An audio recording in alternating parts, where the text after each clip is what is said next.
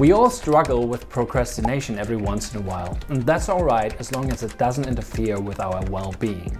But procrastination can become a serious problem that can lead to all kinds of issues like stress, low confidence, and even poor health. I used to struggle with procrastination for many years, especially in my teens and early 20s, and it led to a lot of frustration and unhappiness on my part. But eventually, I learned a bunch of strategies that ultimately helped me to overcome procrastination for good. So in this video, I want to share the 3 strategies that actually made the biggest difference for me.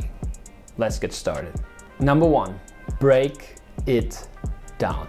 One of the most effective ways to overcome procrastination is by breaking the task in front of you down into smaller, more manageable steps.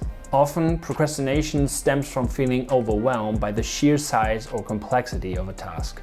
Subconsciously, we tend to add up all the anticipated weight and pain of all the work ahead, and it can feel like too much to carry all at once. But the truth is, we don't have to. Large tasks are intimidating because they seem to demand a huge commitment of time, energy, and mental resources. However, when we break these tasks down into smaller chunks, the hurdle becomes significantly lower.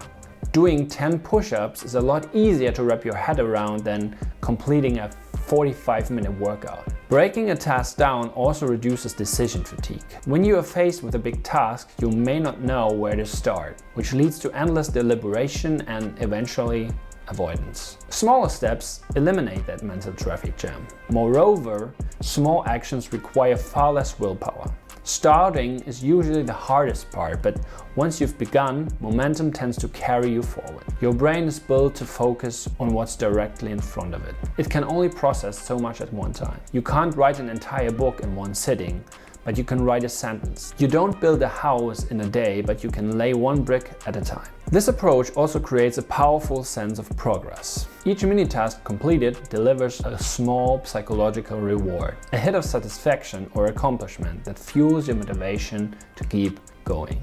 Step by step, task by task, the once overwhelming mountain becomes climbable. So next time you find yourself procrastinating, remember this: break it down. Number 2, focus on starting.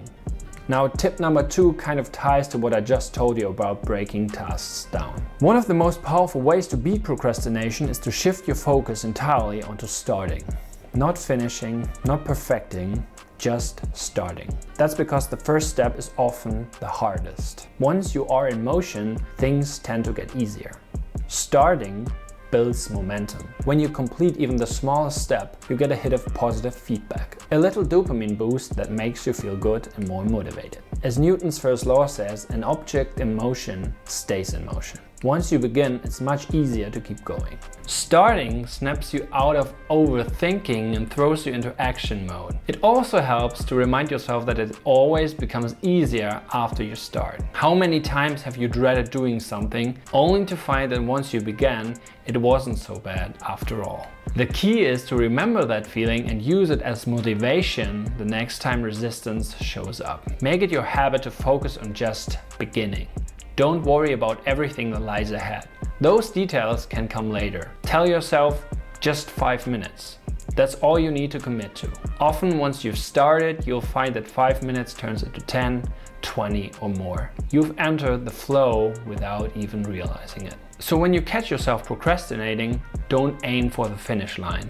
Just aim for starting. Take that first small step and trust that the rest will follow.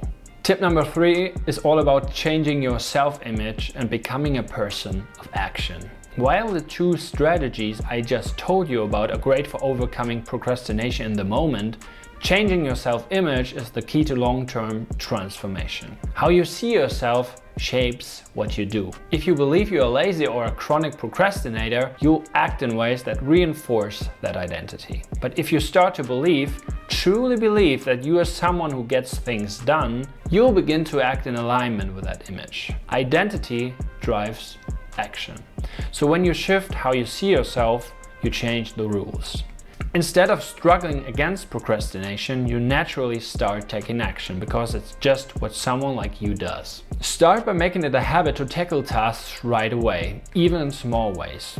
Build momentum with tiny actions. Because every time you act in a new way, even if it's just 5 focused minutes, you're casting a vote for that new identity. Change doesn't happen all at once, but over time, with consistency, your actions reshape how you see yourself. What starts as effort becomes automatic.